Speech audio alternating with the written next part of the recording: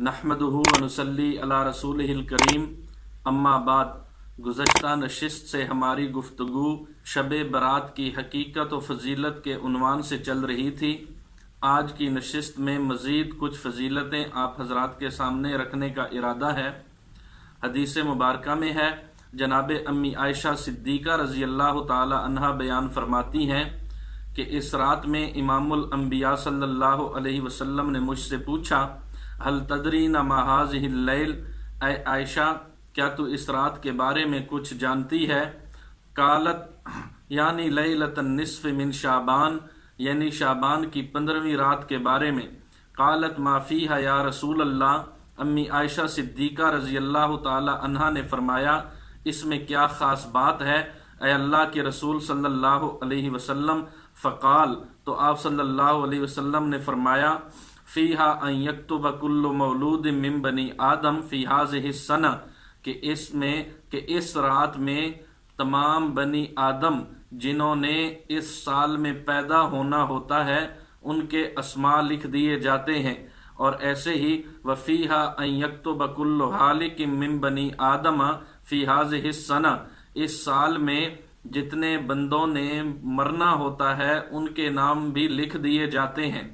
वफ़ीहा तरफ़उ आमालुहुम वफ़ीहा तंज़िलु अर्ज़ाकुहुम, ऐसे ही उम्मत के सारे आमाल इस रात में ऊपर चढ़ते हैं और इस रात में उम्मत का रिस्क आसमानों से उतरता है। तो इससे मालूम हुआ कि साल में जितने बच्चे पैदा होने होते हैं उनके नाम इस 15वीं रात को लिखे जाते हैं।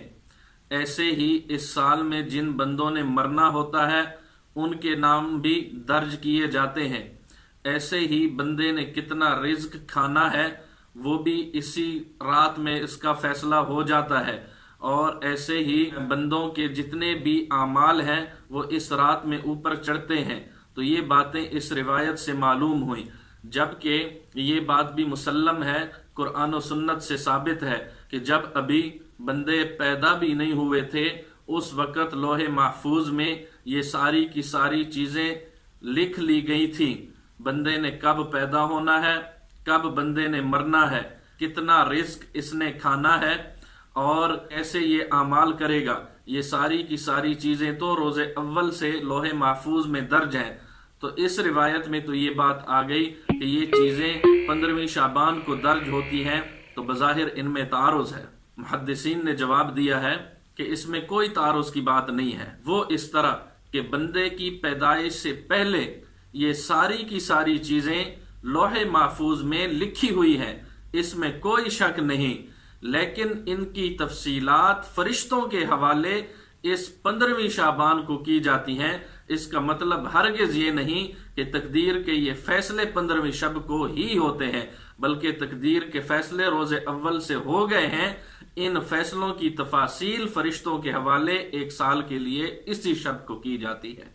ऐसे ही इमामुल अंबिया सल्लल्लाहु अलैहि वसल्लम ने फरमाया, अतानी जिब्राइल, कि मेरे पास जिब्राइल अलैहिस्सलातु वस्सलाम तशरीफ़ लाए। फ़क़ाल हाज़िहि लैलतु लैलतुन निस्फ़ मिन शाबान, जिब्राइल अलैहिस्सलातु वस्सलाम ने मुझे आके फरमाया कि ये रात शाबान की 15वीं रात है।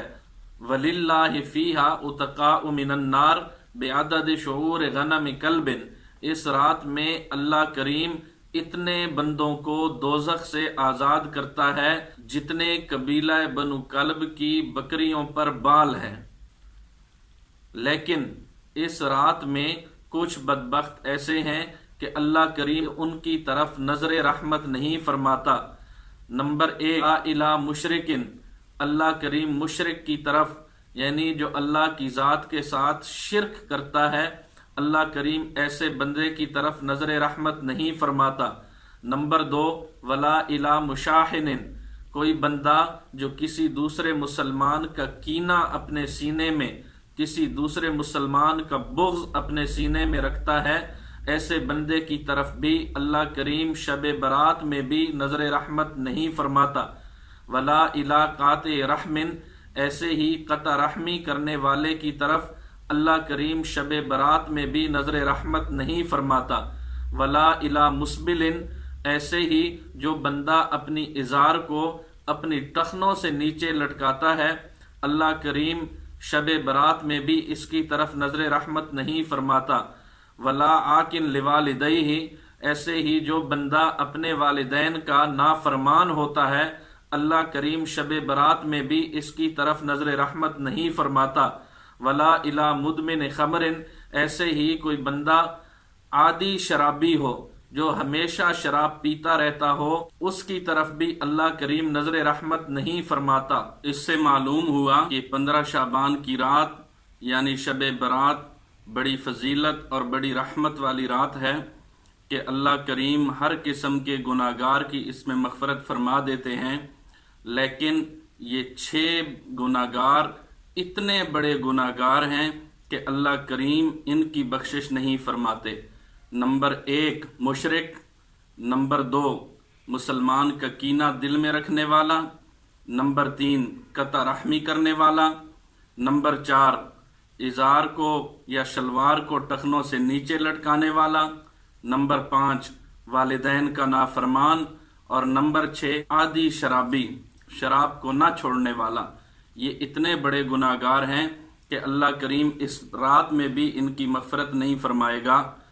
ایسے ہی ایک حدیث مبارکہ میں ہے، ینزل اللہ الی السماء الدنیا لیلۃ النصف من شعبان فیغفر لکل شیء الا رجل مشرک او فی قلبہ شحناء، کہ اللہ کریم اس رات میں آسمان دنیا کی طرف نزول فرماتے ہیں، کما یلیق بشانہ، اللہ کریم اپنی شان کے مطابق، یعنی اللہ کریم کی رحمت اپنے بندوں کی طرف اس رات میں متوجہ ہوتی ہے، اور اللہ کریم ہر قسم کے بندوں کی مغفرت فرما دیتا ہے، مگر 2 بدبخت ایسے ہیں کہ ان کی اللہ کریم اس رات میں بھی مغفرت نہیں کرتا۔ نمبر 1 رجل مشرک، مشرک آدمی کی اللہ کریم مغفرت اس رات میں بھی نہیں کرتا۔ نمبر 2 او فی قلبہ شحناء، جس بندے کے دل میں کسی مسلمان کا کینہ اور بغض ہو، اللہ کریم اس کو بھی معاف اس رات میں نہیں فرماتا۔ ایسے ہی ایک روایت جو کہ حضرت علی رضی اللہ تعالی عنہ سے مروی ہے، حضرت علی رضی اللہ تعالی عنہ فرماتے ہیں کہ امام الانبیاء صلی اللہ علیہ وسلم نے فرمایا، قوموا لیلہا وصوموا یومہا، کہ اس رات کو قیام کرو اور اس دن کو روزہ رکھو، یعنی شب برات 15ویں شعبان کی رات کو قیام جتنا زیادہ ہو سکے نوافل کی صورت میں کرو، اور 15 شعبان کا جو دن ہے اس کو روزہ رکھو۔ محدثین فرماتے ہیں کہ یہ حدیث ضعیف ہے، لیکن ہم اس سے کوئی عمل ثابت نہیں کر رہے بلکہ کہ عمل پر ترغیب دے رہے ہیں، لہٰذا 15 شعبان کا یہ روزہ رکھنا مسنون نہیں ہے بلکہ مستحب ہے۔ کوئی رکھ لے تو بہت اچھا، اور اگر کوئی نہیں رکھ سکتا تو اس پر بھی کسی کو طنز اور طعن و تشنیع کا کوئی حق نہیں ہے۔ تو خلاصہ کلام یہ ہے کہ ماہ شعبان کے بارے میں جتنی بھی روایات ہیں ان میں سے روایات اگرچہ ضعیف ہیں، لیکن ان روایات سے محدثین کسی نئے عمل کو ثابت نہیں کرتے، بلکہ وہ اعمال جو پہلے سے ثابت شدہ ہیں ان پر مسلمانوں کو ترغیب دیتے ہیں۔ تو ان روایات سے کوئی عمل ثابت نہیں ہو رہا بلکہ اعمال پر ترغیب دی جا رہی ہے۔ اللہ کریم سمجھ نصیب فرمائے۔